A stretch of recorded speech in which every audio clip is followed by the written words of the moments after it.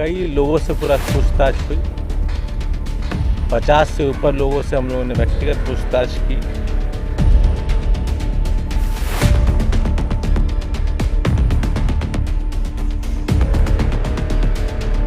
नमस्कार, मैं सोनम सिंह, आप देख रहे हैं तिरहुत न्यूज। राजधानी पटना के चर्चित रुपेश हत्याकांड मामले में पटना पुलिस ने बीते दिनों खुलासा किया। पटना एयरपोर्ट पर तैनात इंडिगो एयरलाइंस के स्टेशन मैनेजर रुपेश सिंह की हत्या के पीछे रोड रेस का मामला बताया गया।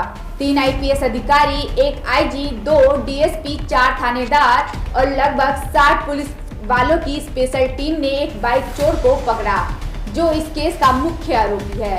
एसएसपी साहब ने कहा कि रोड रेस को लेकर रुपेश की हत्या हुई थी। पुलिस की थ्योरी पर परिवार को भरोसा नहीं है। बिहार के डीजीपी कहते हैं कि कार पार्किंग को लेकर रुपेश की हत्या हुई। एसएसपी साहब रुपेश की हत्या को रोड रेस का मामला बताते हैं। वाकई में पुलिस की थ्योरी थोड़ी अटपटी सी लगती है, लेकिन रुपेश हत्याकांड को कौन झूठ बोल रहा है? एसएसपी और बिहार के डीजीपी क्या वाकई में किसी और को बचाने की कोशिश कर रहे हैं? तिरहुत न्यूज की खास पड़ताल देखिए, जिसमें हम आपको बताते हैं कि पुलिस की थ्योरी पर भरोसा क्यों नहीं किया जा सकता। पटना के चर्चित रुपेश हत्याकांड मामले में पटना पुलिस ने बीते दिनों खुलासा किया। पुलिस ने ऋतुराज, जो कि इस केस का मुख्य आरोपी है, उसे गिरफ्तार कर मीडिया ट्रायल कराया और इस केस का खुलासा किया।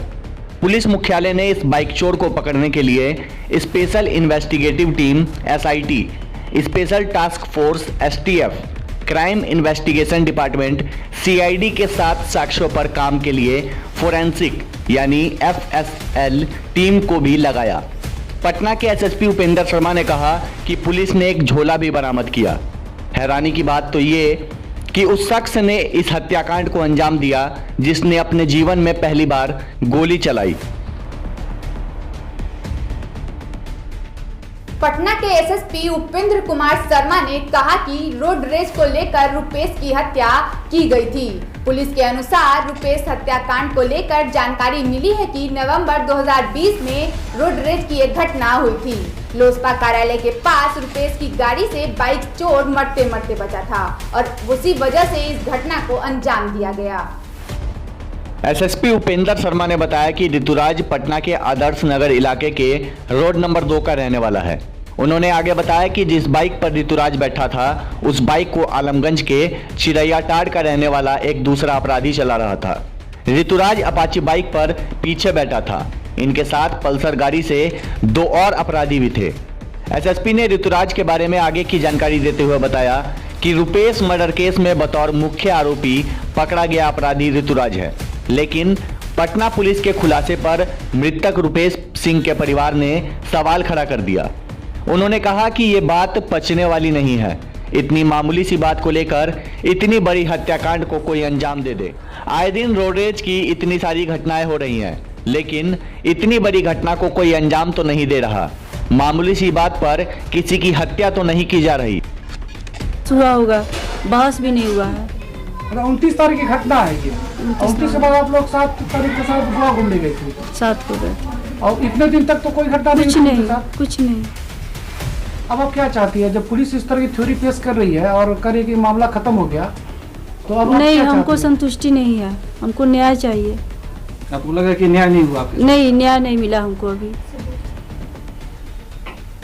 पुलिस जो थ्योरी दे रही है उस पर आपको गलत नहीं, भरोसा नहीं है।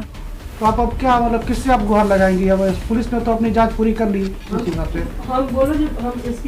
एसपी साहब से हम बोल रहे हैं। एसपी साहब की बातचीत हुई है कि नहीं? नहीं, हमसे तो नहीं हुई है। इन सब के बीच एक और सबसे बड़ा सवाल ये है कि एसएसपी साहब बोल रहे हैं रोडरेज की घटना की वजह से रुपेश की हत्या हुई, और बिहार के डीजीपी ने कुछ ही दिनों पहले कहा था कि एयरपोर्ट कार पार्किंग के विवाद में रुपेश की हत्या हुई। ऐसा लग रहा है। इसके घर को हम लोगों ने लोकेट किया। मोबाइल इसका लगातार ऑफ रहता है।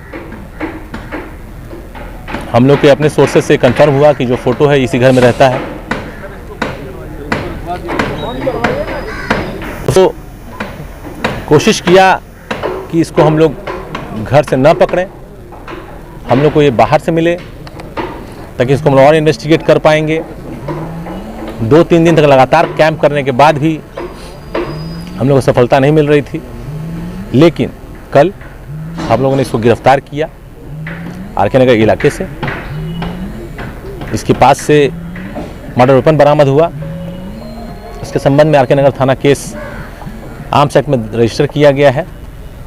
इसका जो डेरा था कन्हाई कॉलोनी में, वहाँ पर से हम लोगों ने अपाची गाड़ी मोटरसाइकिल जो है वो बरामद की, नंबर प्लेट बरामद किया।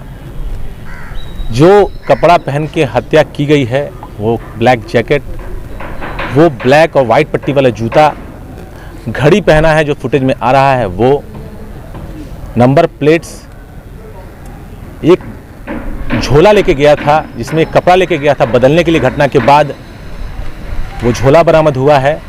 तो हमने बहुत अलग अलग एंगल से काम किया है इस केस को लेकर, लेकिन जो आप बात कह रहे हैं इस तरह की अभी कोई और बात सामने नहीं आई है। प्रेमा फेसाई जो है जो मेन डिस्प्यूट हुआ है वही कारण है इसका घटना को होने का, और कॉन्ट्रैक्ट किलर्स को हायर करके ये काम कराया गया है। और जो डिस्प्यूट हुआ है उसमें ये पार्किंग की बात जो है ये बहुत महत्वपूर्ण बात है जिसका बहुत बड़ा आगे था। तिरहुत न्यूज के कुछ सवाल हैं जो रुपेश हत्याकांड के पुलिस के किए खुलासे पर सवाल खड़ा करता है। सवाल 1, रुपेश को जिस तरीके से मारा गया उसमें प्रोफेशनल किलर द्वारा हत्या को अंजाम देने की बात साफ थी। रुपेश पर चलाई गई सारी गोलियां उसके सीने में लगी थी, एक भी गोली इधर उधर नहीं लगी, ना शरीर के किसी दूसरे हिस्से में और ना ही उस गाड़ी में जिसमें रुपेश तब बैठे थे जब उनकी हत्या हुई। सवाल 2, सवाल ये कि क्या पहली दफे हत्या करने वाला कोई व्यक्ति इतने सटीक तरीके से गोली चला सकता है कि सारी गोलियां ठीक सही निशाने पर बैठे? क्या रोड एक्सीडेंट का बदला लेने आया युवक इतनी गोलियां सीने में उतारेगा जिससे जिंदा रहने का कोई चांस ही न रहे? सवाल 3, पुलिस की कहानी है कि हत्यारे का कोई क्रिमिनल रिकॉर्ड नहीं है, लेकिन वह हथियारों का शौकीन था। कथित हत्यारा ऋतुराज अच्छे परिवार से है, लेकिन वह बाइक चुराता था। उसने पहले से पिस्टल दे रखा था, उसी पिस्टल से उसने मर्डर किया।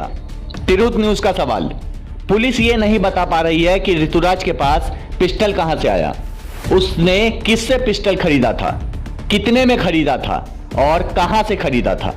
पुलिस ने मीडिया के सामने ऋतुराज को पेश किया, लेकिन उसे भी नहीं पता था कि पिस्टल कहां से खरीदी गई। सवाल नंबर 4, पुलिस के कहानी के मुताबिक मर्डर के अगले दिन कथित हत्यारा ऋतुराज रांची भाग गया, लेकिन कुछ दिनों में वह वापस लौट भी आया, तभी पुलिस ने उसे गिरफ्तार किया। तिरहुत न्यूज यह सवाल करता है कि जब हत्यारा इतना शातिर था तो वह रांची से लौट कर क्यों आया? पुलिस ने आज अपने घेरे में ऋतुराज को मीडिया के सामने पेश किया था। मीडिया ने उससे पूछा कि वह रांची से क्यों लौट आया। उसने कहा, बस ऐसे ही रांची से लौट आए थे। रुपेश सिंह हत्याकांड में पुलिस की कहानी पर सवाल हजार हैं। पटना के एसएसपी ने जो कहानी सुनाई उस पर यकीन करना मुश्किल ही नहीं नामुमकिन है। पुलिस ने जब मीडिया के सामने कथित हत्यारे ऋतुराज को पेश किया तो उसके सूजे हाथ और पैर दिख रहे थे। जहां प्रेस कॉन्फ्रेंस हो रहा था उसके बाहर एक पुलिस वाले की निजी गाड़ी में ऋतुराज के पिता को भी बैठे लोगों ने देखा। ऋतुराज के पिता के हाथ पैर से लेकर पूरा शरीर जिस हाल में था वह कई कहानियां खुद ब खुद बता रहा था। और सबसे बड़ा सवाल ये कि कथित हत्यारे ऋतुराज से पूछा कि वह सही जवाब क्यों नहीं दे रहा, तो उसने कहा, जो सर यानी एसएसपी कह रहे हैं सेम टू सेम वही है।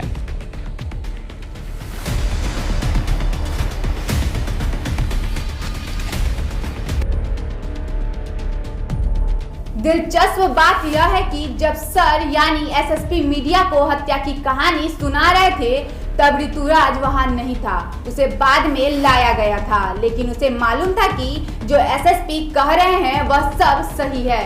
इसी से साफ जाहिर होता है कि पटना पुलिस असली गुनाहगारों को बचाने की कोशिश कर रही है। फिलहाल अभी भी 3 आरोपी फरार चल रहे हैं, जिसके लिए पुलिस लगातार छापेमारी कर रही है। आने वाले वक्त में कुछ और खुलासे होने की संभावना भी है।